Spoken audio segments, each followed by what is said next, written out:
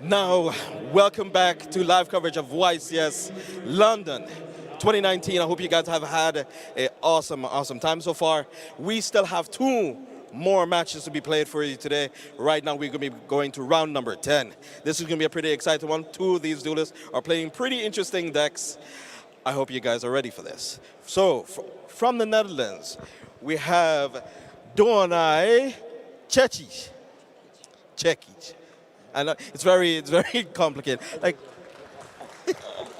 come from the Netherlands, we had like Nick van Poppel as well on the stream. So he was playing a pretty interesting deck, Paleozoic Frost, I thought. Do you think the deck that you brought might be able to be a bit better going forward? Compared with Paleozoic, I hope so. It helped me till now, and I'm not. I had a good decision, I guess, because it brought me here, and I hope it will bring me further. So that's why I'm here, and that's why I hope. Okay. Don't you seem a bit nervous? Are you okay? Yeah. I just had a rough weekend because my voice is gone. So going to try my best to communicate though. Very important in the game, but keep it chill, I guess. Trying to keep it chill and see what brings it. Have fun. That's important. Exactly. That's good words to live by. So I'm not going to put more strain in your voice. Take a seat. I'll bring on the next duelist for you. And then from Germany, we have Tom Kleingräbe. Hey, man. What's up? Come on in. How are you feeling today, man? I'm alright. I'm a little bit tired, but yeah, as always. Okay, so the extra hour didn't really do much for you, huh? Actually not, no. But then, did you have fun for this event, actually? Yeah, I'm doing quite well, and yeah, it's alright. Okay, so what made you like the... Ooh, I can't actually spoil anything about the deck you're playing. Ooh, this is going to be a difficult one. So the deck that you chose for this event, like what made you actually want to decide on it? I play tested like each other deck, and I didn't feel confident going first and second. So I just was looking for a deck which can do both, and my deck is pretty good doing that, and that's why I chose it. Okay, so then do you think your deck will probably be able to carry you a bit further? Because what's your standing, like X in 2, X in 1? X2. I just lost my last round, so 2 more to go. Oh, this is a bit tense. Like, do you think you probably might end up taking this, or what? I don't know what my opponent is playing, but I'm pretty confident. I think I will take it, yeah. Oh, okay. Well, take a seat. A bit sportsmanship from his opponent. So now we're going to be getting the duelists ready. Hope you guys are ready. We have our casters for the match. Marcello Barberi and Steven Jacobs. Welcome to round 10 of YCS London. We got an exciting one for you guys. Both really good players missing their breakout performance on X2. So it's the first bubble match of the day. Yeah. Still a lot to follow, because let's remember it's 11 rounds of Swiss followed by top 32, which means you really need that 9-2 record to make it. Yeah. And although they come from very different countries, so Tom from Germany and Doganay from the Netherlands, they have very similar background stories. So we talked to them before the match, and although they didn't win any like huge event, they have been very consistent at their national championships, and they both lost 3 times in the top 8, which is crazy. Like so many different stories, but so many similarities. So, who do you think is gonna have the lead? It's the 2, can I say, odd choices for the tournament. It's not really, well, no Orchestra or the standard choices. Well, we see that the Sky Striker Draco list. Yes. And as we have, at least as I've mentioned before the match, the first time I saw the hybrid being ran in like a big tournament in the YCS was at Ghent a couple of weeks ago. But it bubbled out, so like losing before the top 32 cutoff. And then I think a couple of weeks after, it was YCS Fort Worth, where like 2 ended up top 8. Yeah. So the hybrid is quite strong, even though I'm not a huge fan of it. I don't know. Same. Like when I first heard about it, I wasn't too convinced. But then you can't really overlook it after YCS 4 for 2 players in the top 8 with the same deck, card by card, the deck list as well. It was unbelievable. And although now there is a big difference, which is Widow Anchor going to 1. Still, a few players are using it. I saw even players from the USA still representing the deck. It's a very strong option, and I feel like it's a very good deck at going second. But his opponent, Tom, is also using a unique strategy, Infernoid. And it's not similar to what we have seen at the European Championship with Vladis, where he played a lot of trap card, Mystic Mine. It seems like it's an old school Infernoid, using the new Monster Gate, coming back to 3, which is a powerhouse card for the deck. You can mill the entire thing off. Yeah, that's the thing. I mean, we've seen Infernoids with the grass looks greener some time ago, and after that it kind of faded away. But now with Monster Gate and Reasoning, the deck has potential again. It's coming back. It's coming back, and I've always been a fan. Unfortunately, he won't be able to use a lot of this removal synergy against Sky Striker Draco, but I'm very curious about these matchups. Our players are ready. Let's go to the table. All right. Okay. So again, like Infernoids in this format, what do you think about it? Of course, it's very good when there are a lot of decks relying on their graveyard, like Orcus, Salaman Greats, but he's up against Sky Striker Draco. So and unfortunately, he also passed without playing a card. Right. Because as you can see, he opened double Gamma, Impermanence, and 2 useless Infernoids. So very unfortunate. Then he passed without having a play, and Doganay is gonna capitalize on it. Usually going first, like if Infernoid is going first, what's like the desired setup, I can call it, they want to do? So the Void Feast is by far one of the best cards in the deck. It's the trap card and searchable by Trap Trick. You usually summon 2 Decatrons with it, and you set up the board, which means you have a couple of negations, and if your opponent is able to clear your field, then you have a graveyard full of Infernoid monsters, which is very good. Well, I feel like these decks are both decent at going first, but even better at going second. That's why, as we can see, the player is going second as an advantage, but both starting things off very slowly here. Yeah, we see all the Panker chops as well, Ignis Heat, Mystic Mine, Multi-Roll. It's no really good starter cards. No good starter, and yet another turn passed by Tom. You really gotta wonder what each other is playing right now. Like I assume both don't really know what they're up against. Absolutely. It could be anything. I guess Subster Goblin could give his slightly away, but it's played in quite a different range of decks. Now the diagram finally coming down. We got a glimpse of how big the strategy is in Ghent, the synergy especially, because both Sky Strikers and True Draco cards, you can use, for example, the True Draco spell and traps with multi-roll on area 0, and they still trigger, so it's a pretty cool deck.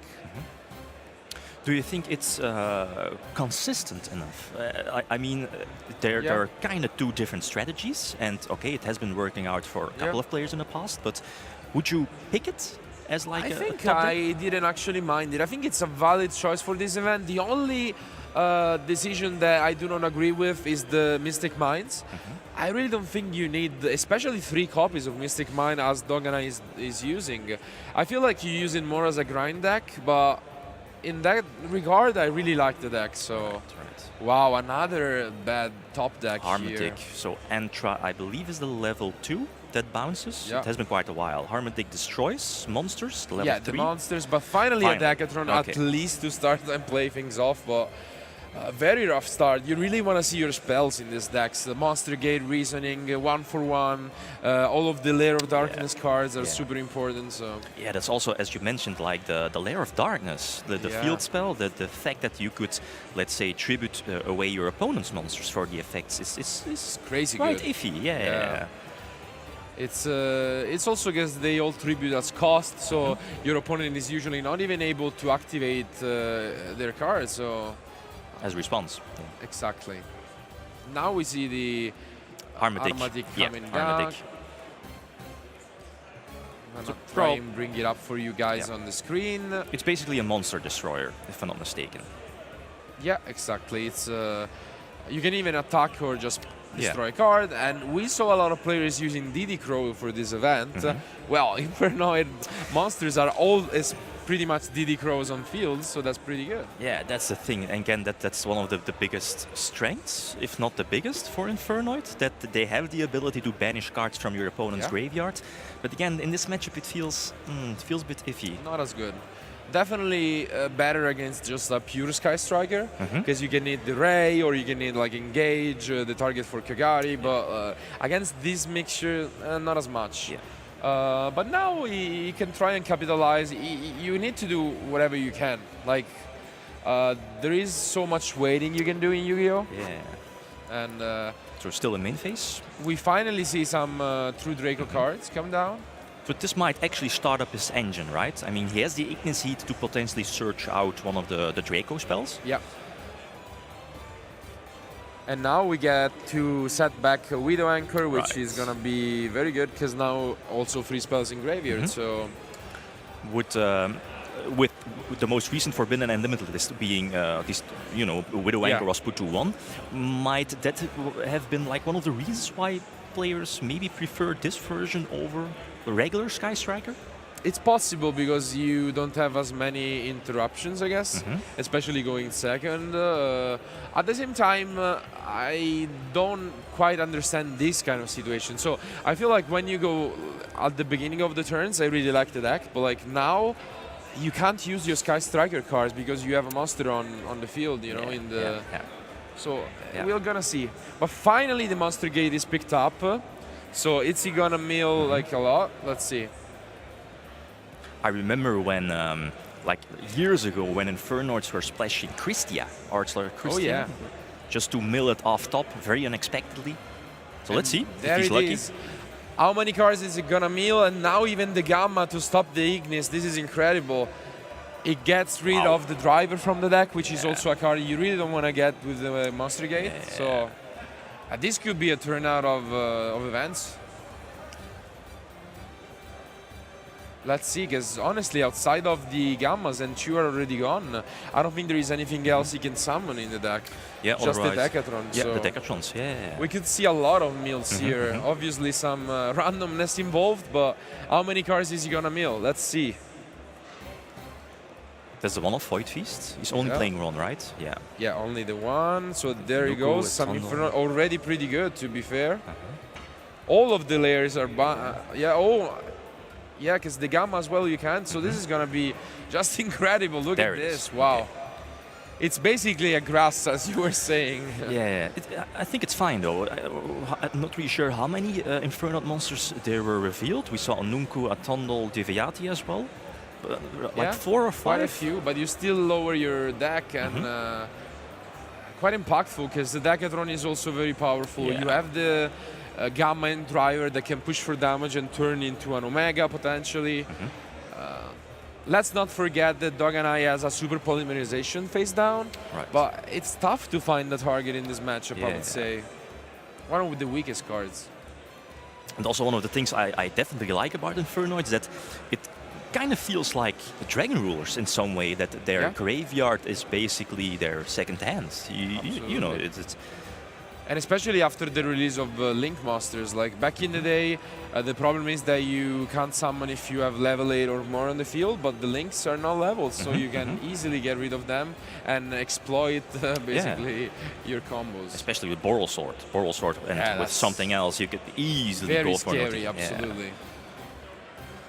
He's considering the super poly, but I'm really wondering what can he have as target. Let's check real quick. Maybe the Swamp? Yeah. But I would be surprised if he was playing that card. Mud Dragons I doesn't think he's seem... only using the Starving Venom, so at the moment he's not gonna be able to use it. So considering the Widow Anchor, maybe to negate the Decathlon, but it seems very subpar at this point. Yeah, he does. He's gonna get banished, and now Tom free to do whatever he wants. He obviously has to play around the last back row, but you could go for Omega. He does play that, right? It should be in the extra deck. in the list. It is. Yeah. It is. Yeah. So So that's cool. We could go for. We saw a Deviati, I think, as well in the graveyard. Yeah. Onunku. Going for a Tondol maybe first. Let's see which one he wants to summon. It's not impossible that he also tries to push a lot of damage here. So there is the Autumnal. Yeah, the Autumnal is there. Okay. Link summons. Yeah. Ooh, because the Ignis is also a Fire Master, so you can get it back. That's very cool, yeah. Right. It's either Ash Blossom or, in this case, being the Ignis. Yeah, you can get the Ignis back. Was it better to just summon before an Infernoid, or...? Okay, still going for a Link summon. It's also cool that in this deck you can use the Ita very easily, so taking away cards like Kagari, Ash Blossom to just like keep on making your Link Masters stronger. He might go for game. Yeah, this is the Crusadia Equimax, so it's getting scary if you're Doganay. But there's still the Super Poly set, right? Yeah, but can he really use it?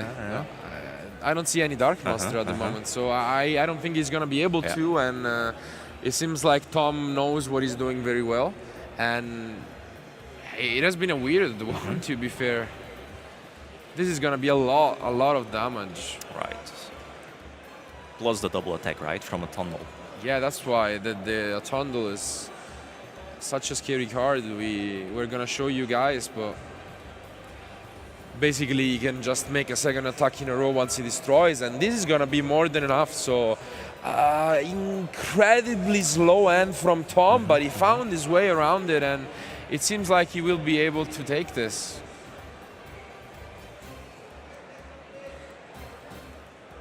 Let's see.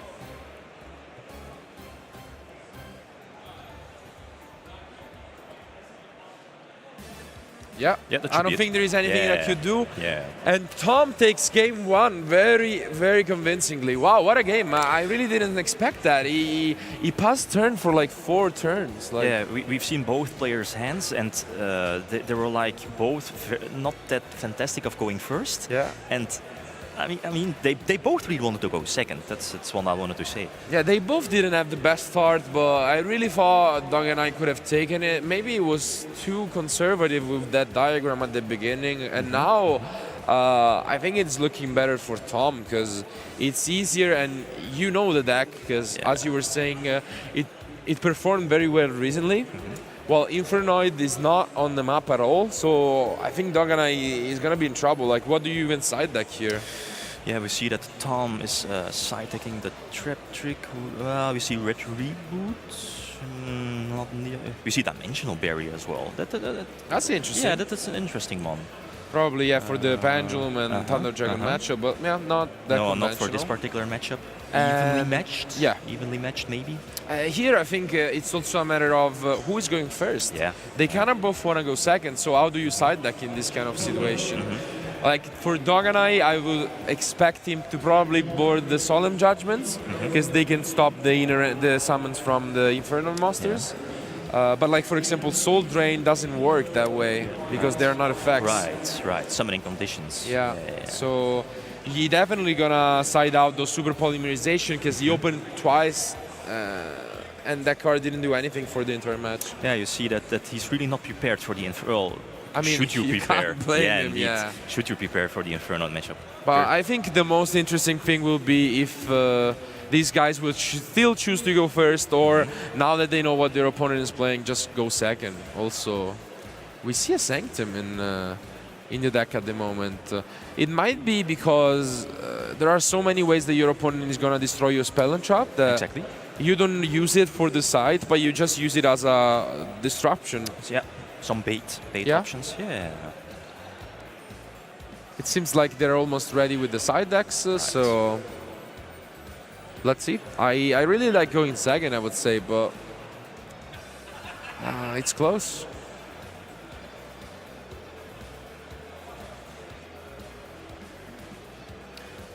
What do you think for Sky Strikers? Like your for today, do you see it like going good in top 32, top 16, top 8, or what do you think? I think it is probably one of the underdogs for the event, but there are quite a few famous players using it, so it changed a lot. So now it's more of a control deck, which was always, but more on the trap side. So I saw everyone using at least 6 to 10 traps in the decks, which is something you really didn't see in the past year.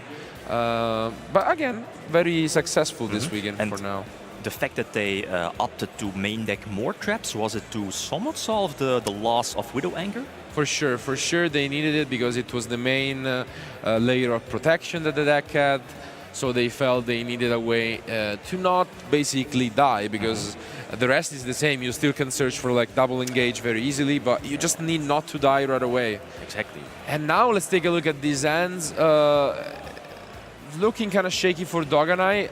I'm really interested in seeing who is going to start, especially because Tom really didn't get his things going. But if you think about it, once you leave a Link Monster on the field, they also have the so-called Shadow Fusions for Infernoid, which is the Imagination. Yeah, Imagination which indeed. is so strong.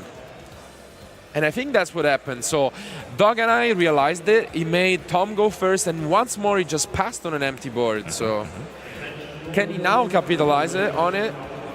That's my main concern. Double Apocalypse though. Yeah. Hercules base as well. Area 0, Ray. That's a good one. Ray is a really good is a really good draw. And the Area 0 could also fish for a lot of cards. He's starting things off with set rotation though, which is interesting. I guess the diagram is very important, but it's also a nice synergy of the deck. Set rotation, one of the best cards, because as you can see here, you can give your opponent the 0, and then you can destroy it with one of the True Draco spells, and you get a Ray for free, which is pretty good deal. Yeah, very similar strategy to some time ago, like Cosmo True King. Like when set rotation was at 3, giving your opponent Cosmo down, that should work, right? Exactly. And basically the same strategy. Just use Slip Rider to pop your opponent's field spell or your own field spell that you gave to your opponent and get a search. Basically more pluses.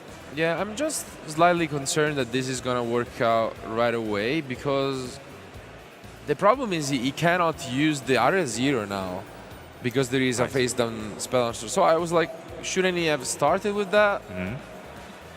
Because now he needs to draw something to be able to destroy it with the Heritage, and it seems like he could have done a lot more. And another Ray is not what he was looking for, so kind of shaky play on his side. Also because he would have had one more spell engraved, which meant he could have engaged for free. I think it was a little too fast on the set rotation, but still should work out in the end. Let's see.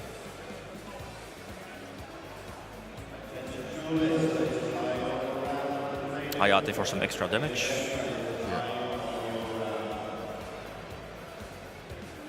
And I think this particular version of the deck also solves one of True Draco problems. So it is a very strong rogue deck, but in time it often loses. All right. But if you mix it up with Sky Striker cards, we all know how good those are when time is cold. And it fixes one of the main problems for True Draco. I really know that a lot of people struggles and get like a lot of draws with the deck when playing. Yeah.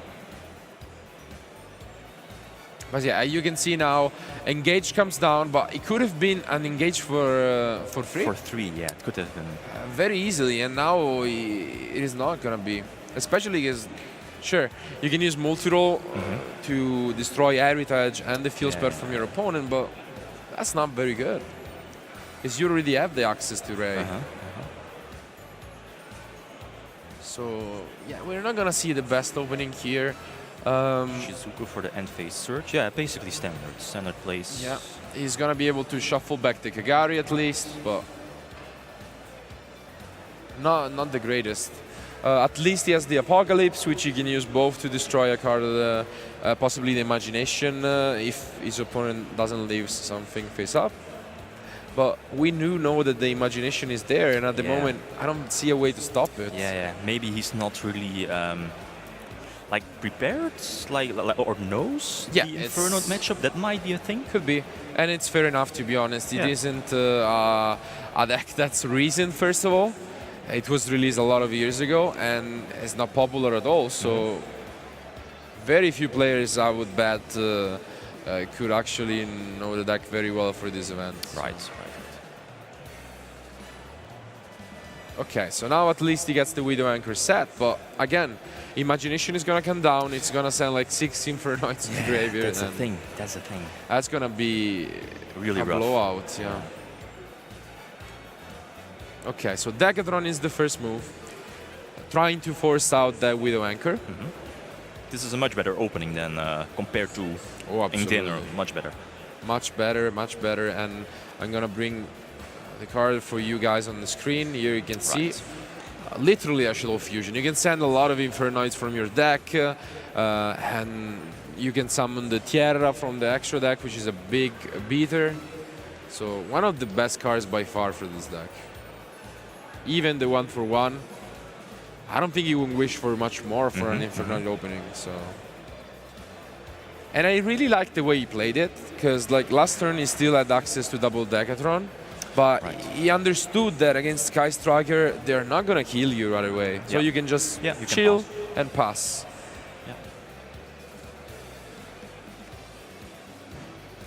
So what could he possibly send here? Like, could we see Deviati maybe? Onunku are probably the two. It depends on what. Yeah, you can destroy a face down. Because like at the moment there is only an unknown one, so he really wants to figure that out because he wants to resolve that Imagination. He knows that if Imagination resolves, the game is not over on the spot, but like very good for him. So. Yeah, his engine is basically set up. His graveyard is a second hand, and he can, I believe, send up to 6 Infernoids from his deck to the graveyard. And as you can see now, Tom is pretty happy with this. He doesn't really care about the Apocalypse. But very well played by Doganay here. He does know. We were doubting him, but this is a very heads-up play. So he destroys his own Sky Striker, so that now the Imagination is not alive. This is a brilliant play. Wow. Really showing why he is one of the better players from the Netherlands. This is a play I don't think many people will have done. Yeah. And now it's tough because the Imaginations are essentially useless cards, aren't they? So. Yeah, Patrulea is now once per turn. Of course, he was asking the confirmation, but none of those are.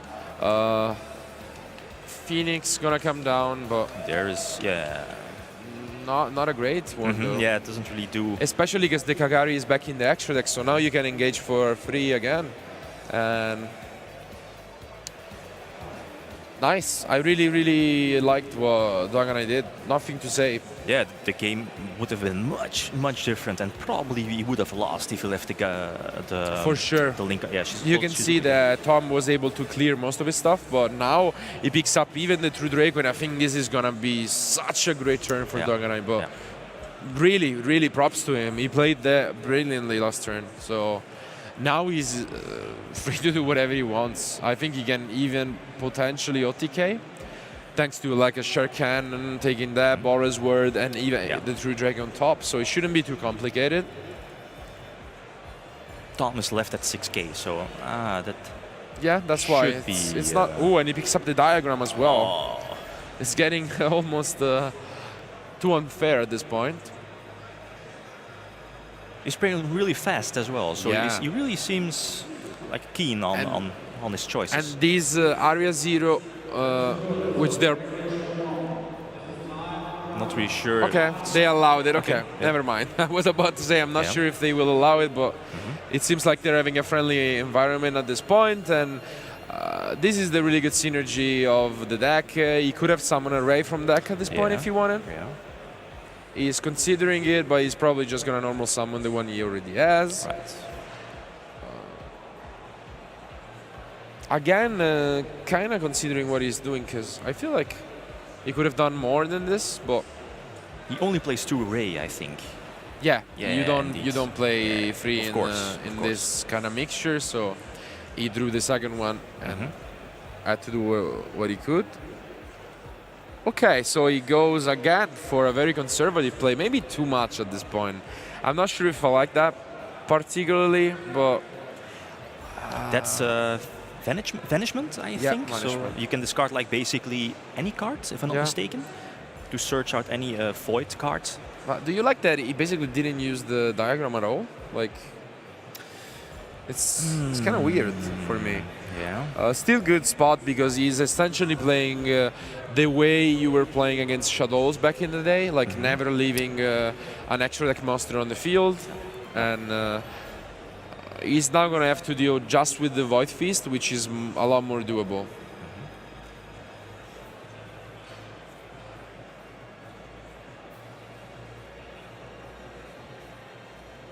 So let's take a look. Again, considering that he could have done more with it.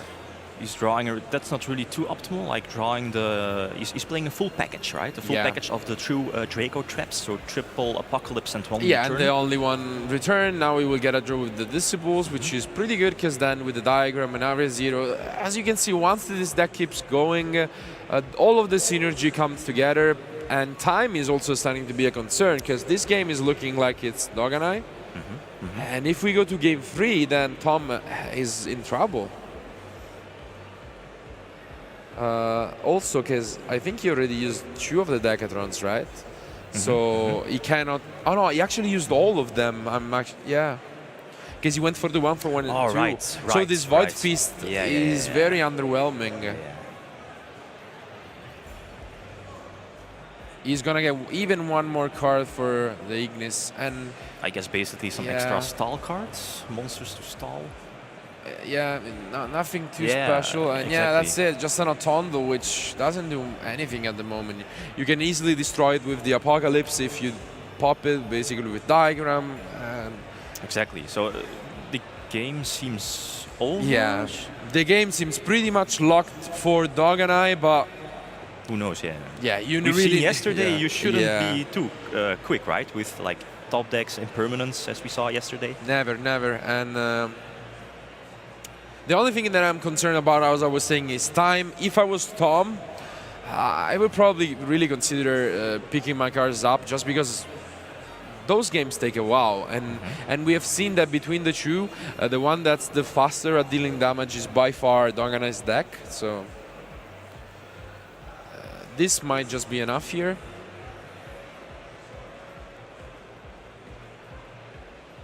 Yeah. And not sure. What do you think he's waiting for? I have no clue.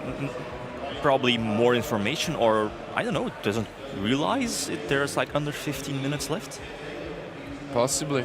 I mean, he's on stream, maybe he doesn't want to give up, and he is soon enough. I don't know, it was slightly confusing to me. He could have stayed at least 2 minutes, so hopefully this decision of not scooping up earlier is not going to cost him the match, but 14 minutes might be enough, to be fair. And now we're going to see a game 3, and as I was saying, once more the big decision will be who is going to go first, who is going to go second, because both of these guys were just passing turns blind when going third. So I think Tom is going to pick second. Do you agree? Of course. I don't see, especially with how strong of a card like Imagination is, even though we've seen that Doganay is definitely prepared for this, for like the Shadow Fusion effect.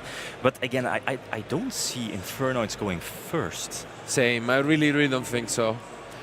And here is where the heads-up play can come from Doganay, siding in the Solemn Judgments, which he didn't put in, of course, because he was going second. I really would like those to come in here, even though time is close, so at the same time you really don't want to pay 4,000, but it could be enough, because if you use it on like the big Infernoid play or on the Imagination, then you can shut down your opponent entirely. Yeah, the thing is that, as you've mentioned in the beginning as well, like we've seen Infernoids at, was it Euros or YCS Ghent with Ledis? Yeah. And he was playing like, again, like a lot of traps. Dynamysticus at 3, and I believe Void Feast as well at 3. So that might be one of the reasons why, or when Infernoids maybe could go first, have those interruptions, and relying on Void Feast during your opponent's turn. For sure, that was a lot more consistent. He had Lilith as well, so that deck was very good at going first, but also good at going second. This time, Tom's deck is very different. I feel like going first, it's so weak. Unless he opens probably the Monster Gate, I don't see any very good openings from him. Yeah, he does have like the Lair of Darkness to potentially do stuff during his opponent. It's probably better going second than going first, right? Yeah. because it's a -1 kind of, like it stays on the field without doing much for you. So let's see. And once more, it's going to come down to those key decisions. Let's not forget the Metaverse plus Mystic Mine is also an option for Doganay. And I don't see any real out in the deck for Tom for that. Has he already seen like a Mystic Mine? Has Tom already seen a Mystic Mine? Saw it in game 1 by being like discarded, but it was never really activated. So I don't know. That could be a decisive factor as well. Because if you stall with Mystic Mine and then you do, for example, on a Yate, you start doing some damage, that can be a way to win it.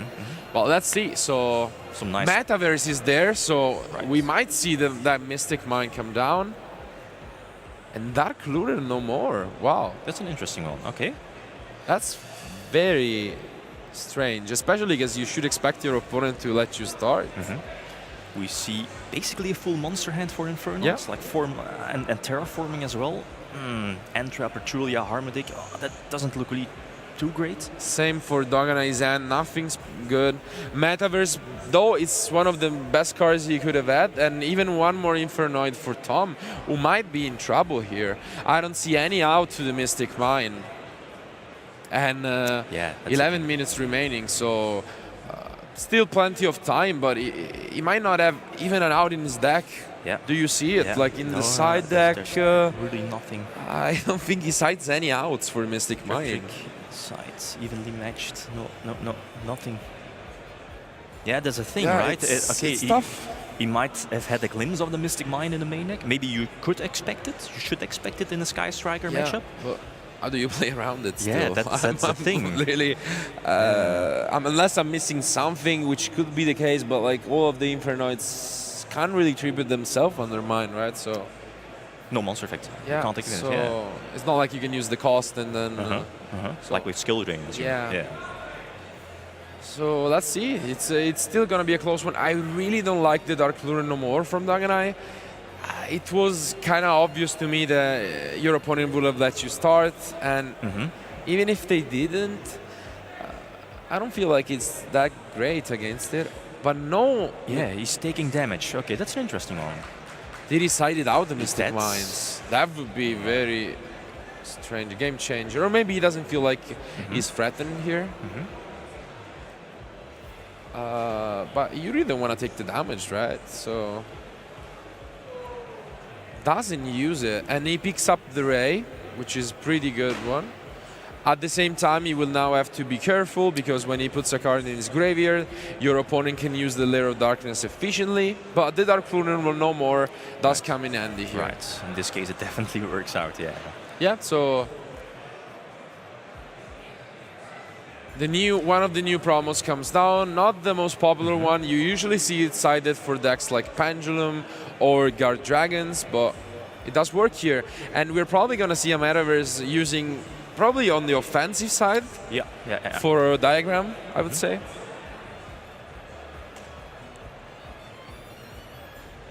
And Could he tribute? Can he tribute the, especially after Dark Ruler no more? yeah, Does it prevent he effects? can. You can chain to it, but Monster then effects, it just negates the effects. But you can still use it. Right. And also something important to take into consideration is that your opponent does not take damage for the rest of the turn. So he doesn't have to take too much time, because otherwise this is also a part of an effect that maybe you don't really pay attention to. Right, it's the same as Guard of the Mice, right? Yeah. It's something that people tend to forget. Oh, activate Guard of the Mice, set everything first, Guard of the Mice, go to the battle phase, try to do damage, and then your opponent is like, no, you activated Guard of the Mice. That can definitely be a big deal, and hopefully Doganay doesn't forget about that effect, because even with Ayate, this is gonna be a close one. I think they're... Do you agree with the decision of using the Metaverse like kind of offensively? Like, it is working out. Yeah, to be depends, fair. right? Depends if he's still main-necking the Mystic Mine. If he didn't side it out. Yeah. Oh, and he still plays this very conservatively. He could have done a lot going for like Ayate and then Kagari, but he's still playing around the imagination, which was picked up now by Tom. So is he playing a bit too carefully? Especially I now think with, so, to be with, fair. little- Because like you could have done a lot more. Like even if you just like once you have the diagram online, what I don't like is that you have access to tribute summon every turn, so you can go for cards like Hagari, get some advantage, and then just tribute summon. Exactly. But maybe he wants to hold that because he has a trap, so he can Mm-hmm. destroy a monster. But still, maybe a little too conservative here. That's another Petrulia. Yeah. He's gonna think about that because, of course, he can destroy the diagram, and you really don't want that to happen. So, Right. as expected, we are gonna see Dynamite to come down, which is especially good here because it gets the Apocalypse down, which means that if your opponent is gonna commit to the board, then you have even a disruption in the form of Disciples. Right. Still, though, I was thinking, it's like, Ooh, this is strong. Oh, that's Deviati, right? So Deviati. yeah, Deviati, the basically heavy storm one. Yeah. But you can use the Dynamite, and then at resolution you're gonna destroy it, right? Indeed. Yeah. Unless your opponent decides to use the second effect. Okay, he does. Yeah. And why is he Shining Ray? What? I'm confused right now. Mm-hmm. Because this could cost him the game. I don't understand why, unless he's... Because, like... Oh my god, this could cost him the game. Tom, because the imagination is there. Like, yeah. I'm... Wow. Why okay. would you change Yeah, it? that's. This is game changer. Wow. Maybe was he like, well, my opponent has only one card in his hand. What are the chances? Or Yeah, but I don't understand. Like, there was no reason to do it there. Because, like, your opponent used the Deviati, sure. You chain the Dynamite, they chain it to banish it. Like, Ray can stay there. Yeah. It's not like your opponent is using... Like, if you would have used the Onunku to nuke the board, then you can chain it. It makes sense. But I really don't understand why he did. And this is actually potentially going to cost him the game. And what an unfortunate turnout of events here. And as we have seen in the previous duels, he was always playing around the imagination. And now, I don't know. It happens. I mean, the nerves gets to you. That's true. Honestly, when you kind of outplay your opponent, they're left on one card, you're probably thinking, okay, I finally did it. It's my day, I'm gonna win and probably go to the top cut. But you got a little too excited there, and one misplay can cost you the entire match. And unfortunately, it seems like this is what's gonna happen here. So sending a couple of cards from the extra deck to the graveyard. Yeah, which is great because you can destroy your own fusion so that you free your levels, let's say. And the thing is that Doganay is top decking, so I don't see a way out of this. This might be game or Wow, very that's close to. Very heartbreaking, to be fair. That's which one? That's not Seistemas? Yeah, That's, it's Seistemas? the one you get Or with Shetty. Shetty, yeah, Shetty, yeah. because you need it for the level with the double deck. Right. Yeah, I am kind of speechless, to be fair. Like, It's I as you mentioned, it might have been the nerves again, like from people watching here, and if they already have like experienced the feature match at the YCS, people watching the feature match, people watching the stream, like the judges watching your table. It's getting. It's a lot. Yeah, it's a lot of things, and you want to do well. You don't want to make mistakes. So those are all like hidden things that could influence you as a player and your choices. And now Tom is playing very well. He summons the Onunku so that he can negate even a top deck engage, which could have been the only way back into this game for Doganay. And I don't really see a way out of this. Very unfortunate. Again, I really don't understand why that went down this way. It was his game all around, and even now there are 3 minutes remaining. Tom not only gonna have a huge lead in amount of cards, he's gonna have a huge lead in life points. So seems like Infernoid will be the deck that will advance here. Well, let's just take a look at the last draw from Doganay. And true Draco Striker isn't really the best deck at top decking, and you have like the true Dracos isn't really that fantastic of top deck. You can draw the engage, but again here not gonna work against the Onunku. So very unfortunate moment here. For any cards he maybe could top deck to still stay in the duel, or you see a spell, not to be sure which one? I don't think so, and he's smiling. Yeah. The handshake comes down, the crowd goes crazy for Tom.